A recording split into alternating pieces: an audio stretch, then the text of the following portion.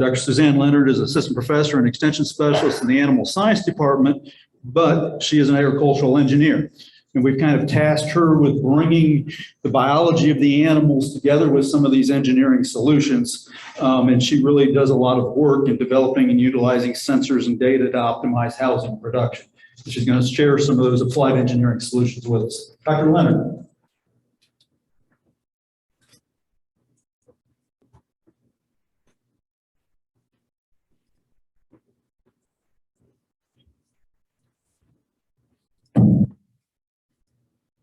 Well, thank you, Dr. C. It is my pleasure to be here today talking to you guys. And as an engineer, I love this whole afternoon session theme of technology and PLF.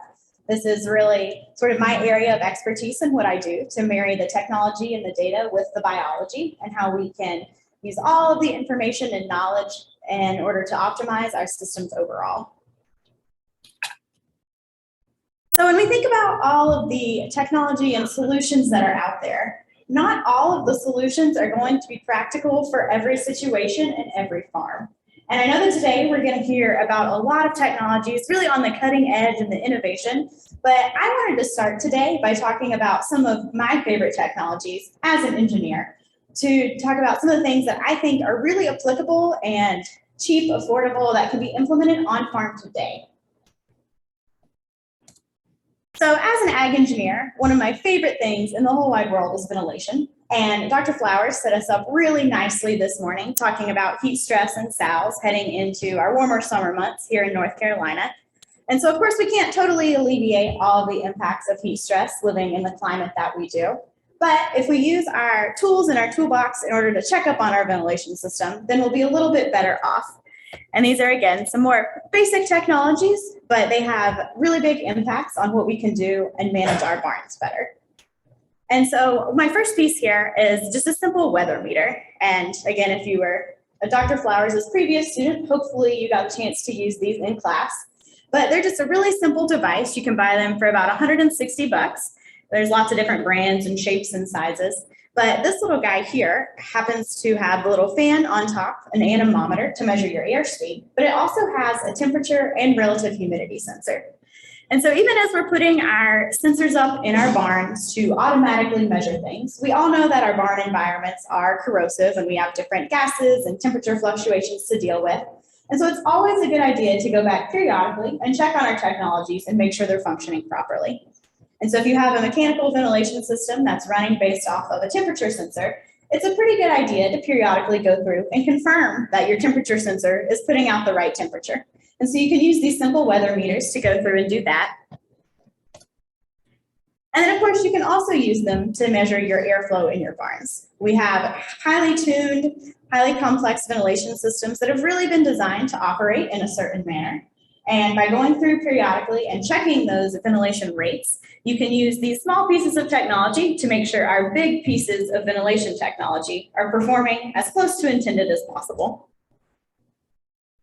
And they're also a really neat tool that you can use to check your airflow in North Carolina on your evaporative cooling pads to make sure that they're still in good condition and operating as you need them to. I have been really excited about how quickly the technology for thermal cameras is progressing, and they come in all different shapes and sizes and costs. You can buy really expensive, highly accurate ones for about $50,000, or on the lower end of the spectrum, we have these little USB thermal cameras, and they come from multiple brands and locations and varying levels of quality. But you can just take these little add-ons, plug them right into your smartphone. They come for Apple and Android, regardless of which camp you're in. And you can just download the app and you're ready to go. It turns any regular smartphone into its own standalone IR camera. And so you can take these and point them around your barn in order to get an idea of the various surface temperatures that you're seeing. Now, the downside of these cameras being so inexpensive is that they do have relatively low accuracy. And so you can only get within about, a 5-degree Fahrenheit, maybe 8-degree accuracy with these cheaper IR cameras. So you're not going to be able to point this camera at a sow and tell if she has a fever or identify a piglet that's chilled. But from, again, the engineer standpoint, you can use them to evaluate your facilities. So in the summertime, if you were to take one of these thermal cameras and point them at your ceiling, as you see on the picture on the right-hand side, you can see the areas of missing insulation where we have those brighter hot spots. So this would be on a hot day, you can tell where the hot air is in direct contact with that wall because you have missing insulation.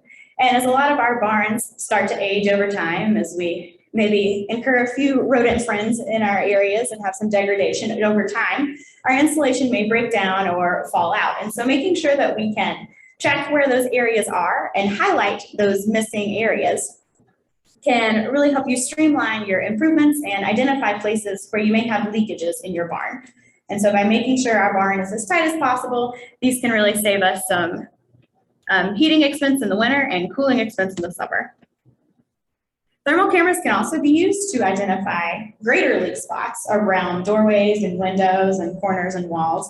And some really simple innovations here, just by some weather stripping if you have a large gap underneath your doorway or some caulking for your cracks. But using this cheap thermal camera tool can really help you get the most out of your facility that you're using. And again, a really accessible technology that, regardless of the stage of production that you're in, can be really useful in improving your overall state. Now, in my position at NC State, I do applied research. And so I'm going to talk a little bit about some of the tools that we are developing in my research lab and that I'm really excited about. So in farrowing, it would of course be really nice if we could automatically know when each piglet was born. We have a labor shortage, and so it's not feasible for each caretaker to monitor every sow and every piglet every time. And so our research group took on this challenge to try and develop a low-cost automated sensor that we could just place over the sow when she's farrowing, so we could automatically know the time that each piglet was born. And if we know when each piglet is born, then we can either alert the caretaker that they need to go and attend that piglet, get it dried off, or moreover, we can know the interbirth interval. So we can identify some of those sows that are having more trouble farrowing and attend and intervene in a more timely fashion. And if we can automatically track all of the sows in the room, then the girls that are doing their job and not having any issues, they can be left alone. So the caretaker could better focus their attention on the sows that need it the most. So for this study, we've been collecting data over the last year, and we have data on 20 sows giving birth. And for this study, we placed a digital camera over the back of the sow stall there, as well as our custom thermal computer vision system. And these little imagers were little DIY thermal cameras that we created. And they're about $100 a piece, but we went pretty economical. They're currently held together with zip ties and rubber bands, so not quite ready for commercial production, but got the job done. And with these cameras, we were collecting one image every second, so that way we could identify in that farrowing process. For the human could watch the digital to confirm when the piglets were born, and then we could use these thermal cameras to hopefully automatically identify. So here's some example footage that we got from this system. On the one side, you see, again, the rear of that sow stall and the digital camera. And you get what you pay for. Our thermal cameras were really low resolution, and so it's a little challenging maybe to depict out all the pixels and blobs. But you can see as that sow pushes out her first piglet, you'll see that larger, hotter blob show up in that thermal camera image in the back of the stall there. And this is really what we are targeting, because when those piglets are first born, their surface temperature is going to be that of the internal body temp of the sow. And so we'll be able to pick up that piglet whenever it's first born, because it's going to be the hottest thing in the room, in the view of the camera at least. So from the study, our preliminary results are pointing to a 72% accuracy. So we're accurately identifying about 3 out of every 4 piglets that are being born. We do have a little further improvement to go with this system in that we're picking up a lot of false positives. It struggles sometimes if piglets are born and then they walk out of the image, and then when they re-enter, it sometimes thinks it's a new piglet being born. So it's still working out some of those bugs to get our numbers up. But to be a low-cost, fully autonomous system, this is really an exciting step forward in this process for the research group here.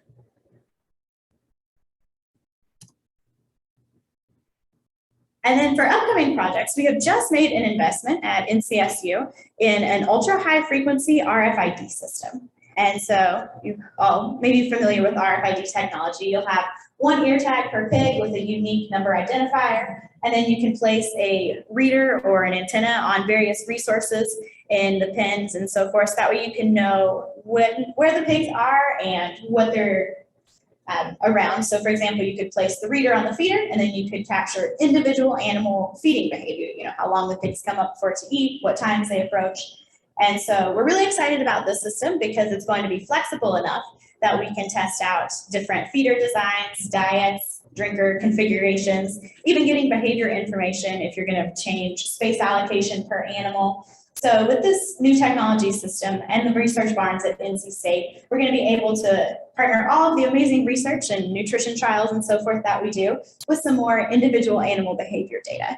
So really exciting horizons there for us. And then, of course, I can't give a presentation on my research without thanking all of our hardworking graduate and undergraduate students. And this is another opportunity to remind you guys that we do have a lot of highly qualified students. And so as you're posting job internships or full-time positions, feel free to reach out to us and we can help connect you with some of our highly qualified, really passionate students at NC State that I'm very fortunate to work with. All right, so thank you for your time and attention, and I'll take any questions that you may have.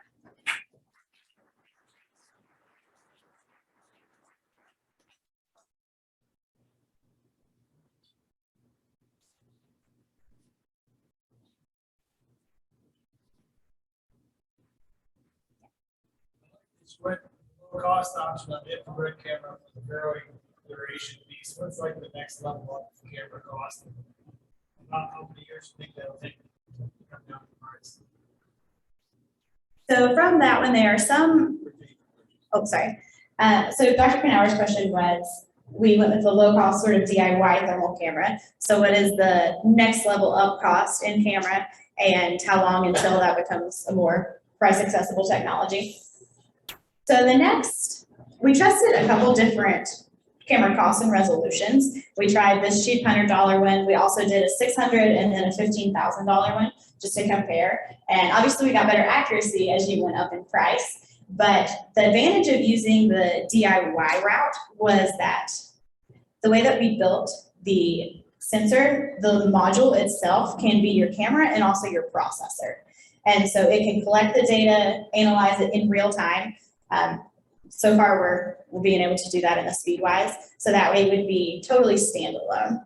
So you wouldn't have to then also have, like the $600 camera would require a computer attached to it. Does that make sense? Yeah, so you can, there's a wide range of cameras and options. Even in the DIY model, you can go higher resolution. Our cameras themselves were about $62, I think. But you can, splurge a little more for $85, I think, and get another 20 pixels. So just depending on what you want out of it.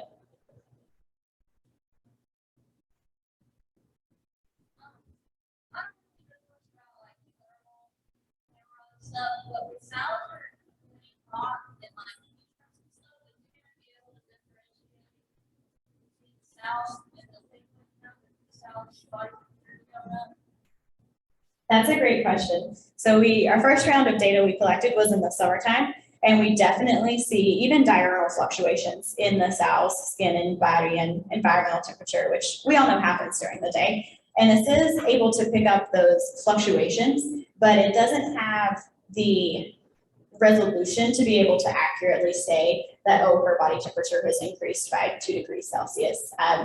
So it knows that she's hotter at noon than she was at 6 a.m., but we can't say with great certainty how much hotter she is. Does that make sense? Like, it'll give you a number, but it's not necessarily an accurate number. But yeah, you can measure surfaces too as well to get an idea of the overall temperature and heat stress situation.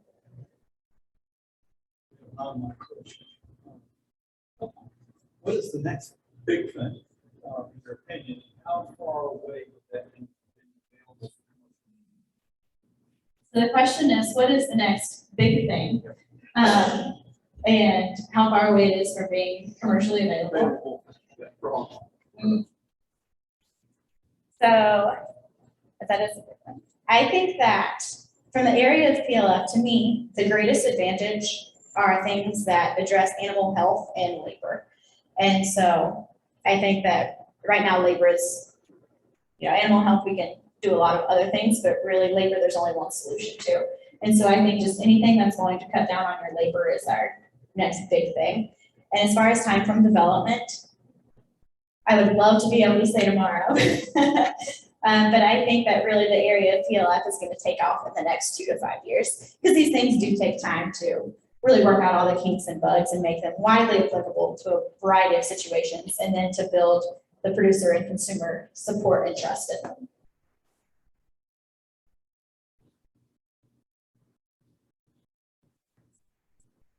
Thank you.